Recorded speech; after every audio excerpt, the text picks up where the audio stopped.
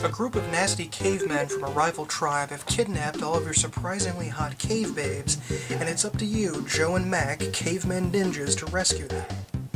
No, really, these women are surprisingly good-looking for cave chicks. I mean, they even have lipstick on and shaved legs.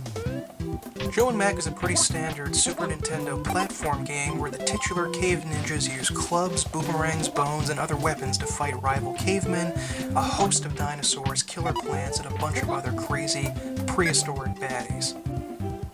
Although it's kind of strange that they're called ninjas, that seems kind of like it was tacked on to cash in on the ninja craze.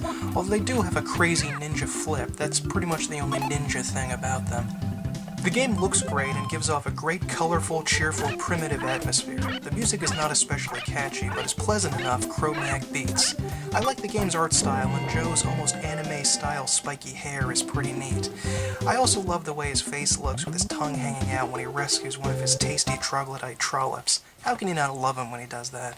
Unfortunately, the gameplay is not as good as the style. Your basic attack with a club is too weak. It takes 3 hits to kill one rival caveman, and way too many to kill most dinosaurs. The additional weapons you get in the game are pretty good and quite innovative, but I really don't think you should be so weak with your basic old club. The Caveman Club is really the signature weapon of the caveman, and it should really feel satisfying to whack someone over the head with it. This one feels more like it's a small dowel made of particle board. It's just too weak.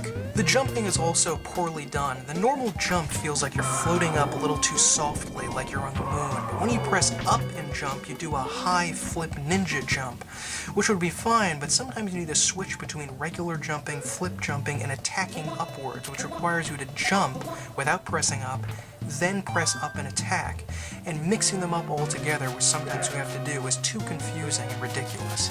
The level designs are also a little strange. It copies the Super Mario 3 or Super Mario World style with an overworld map that you can move between and go on slightly alternating paths, but it really feels tacked on and unnecessary. Some levels are about the standard length, and others are weirdly short, like there's a screen or two before a boss fight. I don't quite get why they did that. Joe and Mac will fight their way through 10 levels across a wide variety of prehistoric landscapes, and like I said, it looks really good, feels really good, the music is really enjoyable.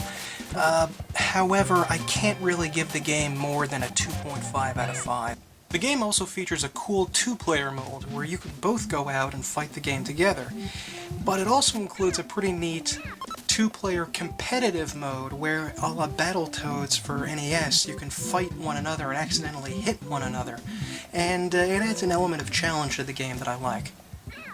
If you're interested in prehistoric style video games, it can be pretty fun and enjoyable, but unless you get it cheap and if you have no interest in this kind of stuff, I wouldn't bother getting it. Oh, no, not the beast! Not the beast! Ah! Oh, my